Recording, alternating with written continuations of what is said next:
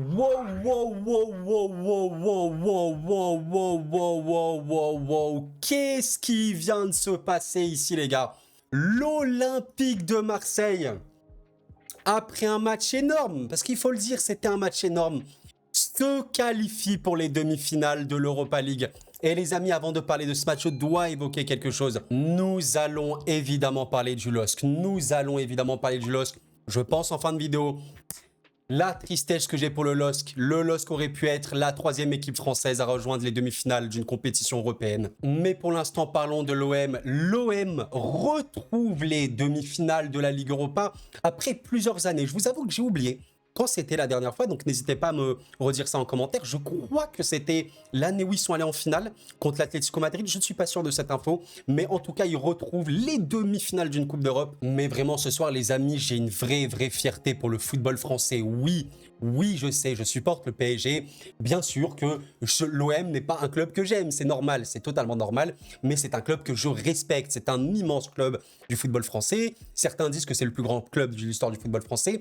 Et aujourd'hui, on a le PSG en demi-finale de la Ligue des Champions, merveilleux. Nous avons l'OM qui s'est qualifié contre l'Atalanta. Quelle demi-finale exceptionnelle. L'Atalanta qui a sorti Liverpool. L'OM a sa carte à jouer. Vraiment, si vous êtes Marseillais, il faut y croire. Mais bien sûr que l'OM peut aller en finale. Après, voilà, en finale, tout est possible. Si c'est Leverkusen, oui, ce sera extrêmement compliqué, on est bien d'accord. Mais le football, c'est le football.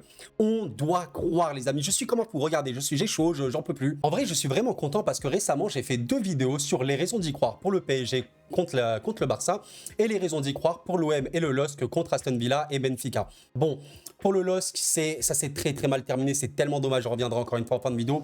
Mais pour l'OM, c'est passé. Voilà, j'avais des arguments dans cette vidéo en mode, comment vous dire? Déjà, évidemment, je parlais du fait que c'est le football. Donc, dans le football, absolument tout est possible. Mais il y avait beaucoup d'arguments en faveur du LOSC et de l'OM. Déjà, ils reçoivent quand même.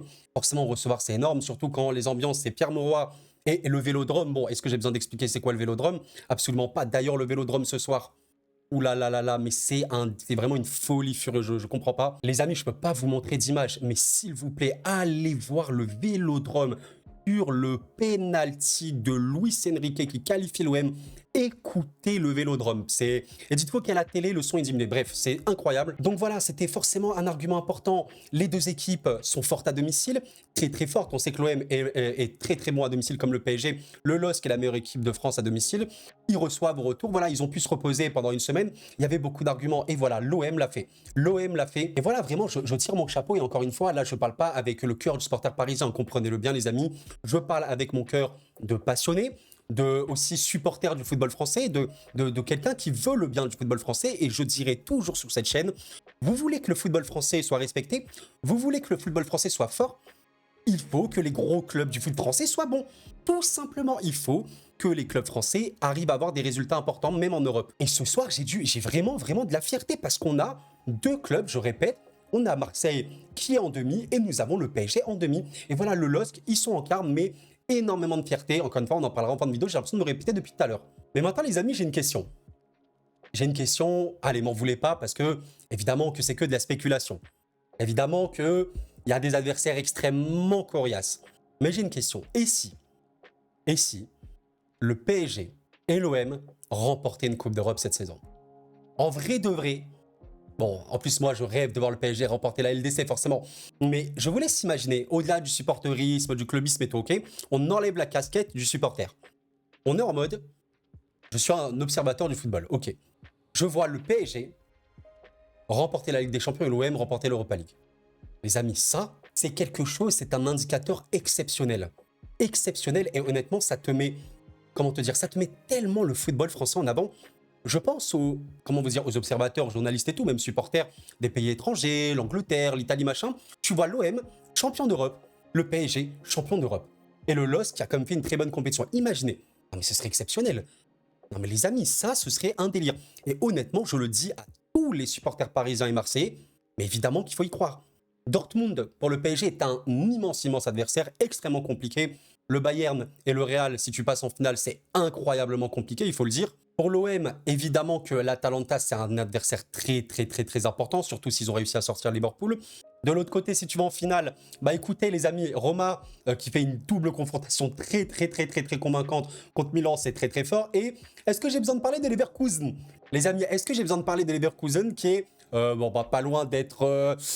comment vous dire, bon, entre nous, c'est peut-être une équipe un tout petit peu fort au foot, mais je suis trop hype, je suis tellement hype, j'espère que vous sentez ma passion. Rendez-vous compte qu'on va enchaîner ça, plus l'euro qui arrive. On a l'euro de football. Non mais les amis, je vais essayer de bombarder le contenu sur cette chaîne. J'ai également comme prévision de sortir un TikTok pendant cette période. J'essaierai d'avoir du contenu. Mais waouh, les amis, on est gâtés. Mais voilà, en tout cas, pour parler de l'OM, les amis, globalement, c'est une double confrontation qu'ils ont mérité. Sincèrement, l'OM mérite totalement d'aller en demi-finale. Je pense aucune personne objective peut vous dire que l'OM mérite de sortir, mais absolument jamais dans le monde qu'on peut dire ça. Je pense, pour moi, ce serait vraiment ne pas être lucide, sincèrement. Sur le match aller, c'était compliqué. Voilà, il faut pas se mentir, c'était compliqué, mais mine de rien, arriver comment te dire, à contenir Benfica, qui n'était pas non plus ultra tranchant. D'ailleurs, je rappelle que coup de sifflet final, le stade a hué les joueurs de Benfica. Aubameyang a permis d'y croire.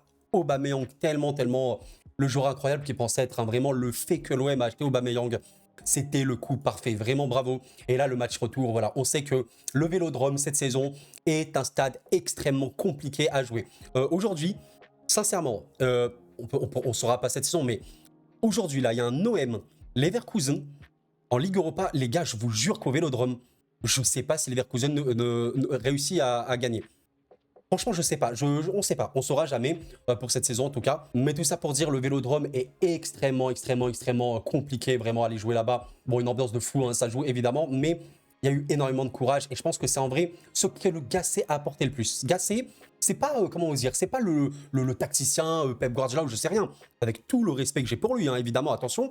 Par contre, c'est un vrai meneur d'homme. Je pense sincèrement que c'est un homme aussi avec un certain âge. De mémoire, je sais plus quel âge, mais voilà, il a 70 ans quand même, c'est voilà. Et mine de rien, un homme d'un âge important, avec toute l'expérience qu'il a, il a connu des très belles victoires et des défaites très compliquées, encore très récemment avec la Côte d'Ivoire à la CAN. C'est un homme qui peut apporter énormément de mesures. Et en fait, à l'instar d'un Pierre Sage, pour moi, Pierre Sage a aussi des qualités évidemment importantes pour avoir redressé l'OL comme ça, mais il a vraiment apporté cette sérénité. Et je pense que c'est le plus important.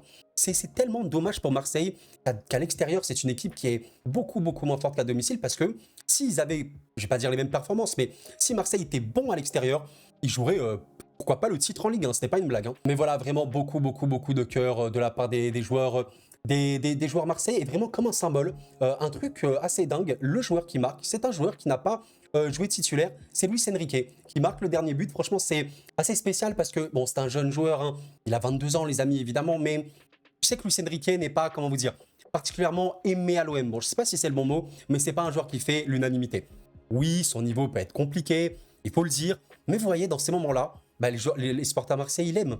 Évidemment que là, les supporters marseillais, ils aiment Luis Enrique. Parce qu'il a marqué le penalty de la victoire. C'est super beau, l'histoire elle est méga belle. Et vraiment, au coup de sifflet final, tu sens une vraie communion de la part de tout le monde. Incroyable. Alors, les gars, je pense à Gaël Lafont. Je ne connaissais pas du tout ce joueur, les gars. Je vous jure, je ne savais pas qui était ce gars. Il ressemble à Thauvin un peu, peut-être que je fume. Mais Gaël Lafont, j'ai entendu, il a 17 ans, incroyable. Vraiment, là, le mec vit des émotions. Il est professionnel, 17 ans. Tu gagnes comme ça, tu te qualifies en demi, mais les amis, ça c'est le football. Et comment on peut ne pas aimer le football qu'on voit ça? Moi, je ne comprends pas. Et donc, on a retrouvé une stat assez dingue, les amis. Voilà, stat du foot qui dit l'OM devient le premier club français à s'imposer lors d'une séance de table en Coupe d'Europe depuis l'Olympique Lyonnais contre Beşiktaş en Europa League le 20 avril 2017. Rendez-vous compte, il y a eu 5 défaites consécutives lors de cet exercice. 2017, la dernière victoire d'un club français aux tables en Coupe d'Europe. Et ben voilà, l'OM a réussi. J'ai une peine immense pour le LOSC, on va vraiment en parler dans pas trop longtemps. Mais j'aime trop Instant Foot qui pose une question de fou. Et en vrai, répondez à la question en commentaire. Si vous êtes encore là dans la vidéo, je vous invite vraiment à répondre. Supporter parisien et marseillais, petite question. Vous signerez pour une victoire finale de votre club de cœur en Coupe d'Europe si votre rival remporte également le trophée de sa compétition? En vrai, cette question, elle est vraiment piège, elle est drôle. Mais c'est, comment vous dire? En fait, c'est tellement les émotions. Pour moi, évidemment que si tu es Marseillais, je comprends totalement que tu ne veuilles pas que le PSG gagne la Ligue des Champions, mais c'est normal, hein, la rivalité, c'est totalement normal. Et tu gagnes l'Europa League, c'est énorme, c'est énormissime. Et vraiment, moi en tout cas, en tant que supporter parisien, Bah, tu me dis qu'on gagne la Ligue des Champions et Marseille gagne la Ligue Europa, bon, il n'y a aucun problème, hein. On gagne la Ligue des C, donc je suis heureux. Marseille, les supporters à Marseille sont heureux et le foot français est au sommet. Là, pour le coup, il y a pas, je peux pas être plus au sommet que ça. Il faudrait gagner la Conference League. Dommage pour le LOSC. Mais voilà, les amis, vraiment, j'ai beaucoup, beaucoup de fierté pour le foot français. Et vous savez, je trouve qu'on a été très, très souvent ces dernières années rabaissé, humilié, moqué. Et en soi, bien sûr qu'il y avait des arguments. Je vais pas faire le défenseur comme ça avec les fourches du foot français. Tout est parfait. Les amis, soyons lucides, bien sûr que le football français a été pendant très longtemps très compliqué, même cette saison. Il y a des clubs qui doivent être beaucoup plus en Ligue 1, bien sûr, je suis d'accord, mais vraiment, avoir cette bulle européenne, purée, que ça fait du bien.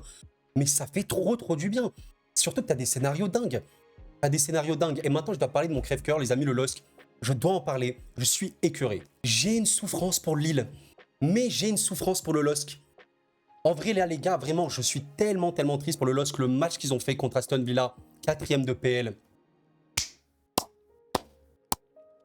Le match qu'a sorti le LOSC contre Aston Villa, 4e de PL, pour perdre au tab.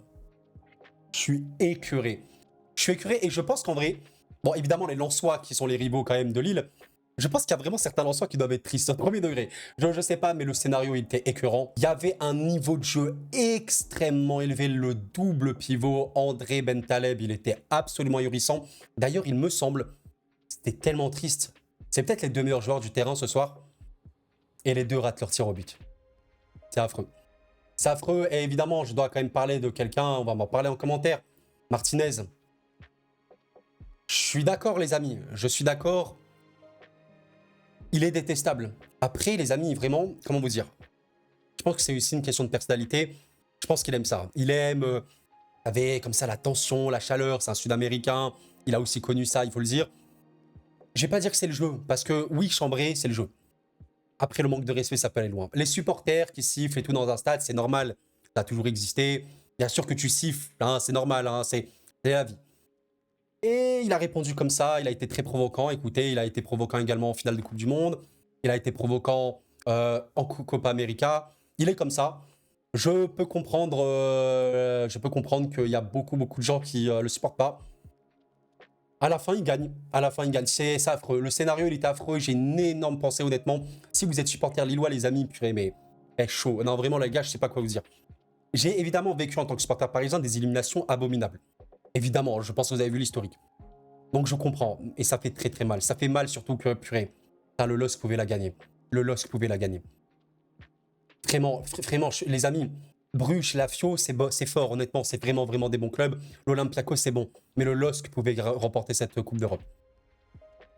C'est triste, mais il faut avoir la fierté. Il faut avoir la fierté parce que le LOSC a été exceptionnellement bon. J'insiste là-dessus. L'aller-retour qui te sort contre Aston Villa, c'est exceptionnel. Et ça, c'est bon signe pour le futur du foot français. J'espère vraiment qu'on arrivera à consolider, changer notre politique, garder nos meilleurs joueurs, recruter des joueurs encore meilleurs, etc., etc., que des investisseurs viennent en France. Bref, c'est dur pour le LOSC, c'est très très dur. Allez les amis, c'est la fin de cette réaction à chaud, vraiment à très très chaud. L'OM est en demi de Coupe d'Europe. Et le PSG également. Et voilà, une énorme pensée pour le LOSC. Je parle très vite dans cette vidéo, je suis trop excité. Je termine vraiment par la question, comme je l'ai dit précédemment, est-ce que vous signez pour une victoire parisienne et marseillaise en finale? Bah voilà, Ligue des Champions et Coupe d'Europe, le doublé français. Est-ce que vous signez? Vous me dites un petit peu les amis. Bon évidemment, si vous n'êtes pas supporter parisien et marseillais, je pense que vous aurez plus de facilité à dire oui, ok, on signe. Mais en vrai, si vous êtes lyonnais, ça m'intéresse. En vrai, si vous êtes supporter lyonnais, c'est vrai que ça peut être drôle de se dire, bon, oui, la rivalité entre l'OL et le PSG, elle est surtout, on va dire, récente. Il y a eu beaucoup de matchs très très beaux. Mais évidemment, l'OL et l'OM, il y a une très très grosse rivalité. En vrai, ça m'intéresse vraiment de savoir. Et après, si vous supportez des clubs étrangers, bon, bien sûr que si tu supportes le Real, tu veux gagner, évidemment. Si tu supportes le Bayern Dortmund, bien sûr que tu veux gagner en Ligue des Champions. Ça, c'est très très clair. Allez les gars, je vais arrêter là. Incroyable, vraiment, ça c'est les émotions. Et je suis content, je suis vraiment content. Il y a quand même des clubs allemands en demi et tout. Là, il y a 2 clubs français. Il faut vraiment s'en féliciter. Voilà, si vous êtes ni parisien ni marseillais, vous aimez le football français, vraiment félicitez-vous ça. C'est beau. C'est beau, c'est beau, c'est beau. Et on verra bien. Atalanta OM, ça va être exceptionnel. Je vais juste voir il est où le match retour. Les amis, j'ai pas trouvé quand le match retour se joue-t-il au Vélodrome ou non. Si vous le savez, n'hésitez pas à me le dire. Si ça joue au Vélodrome, j'ai confiance en l'OM qui puisse le faire. Et je termine par un message que j'ai vu.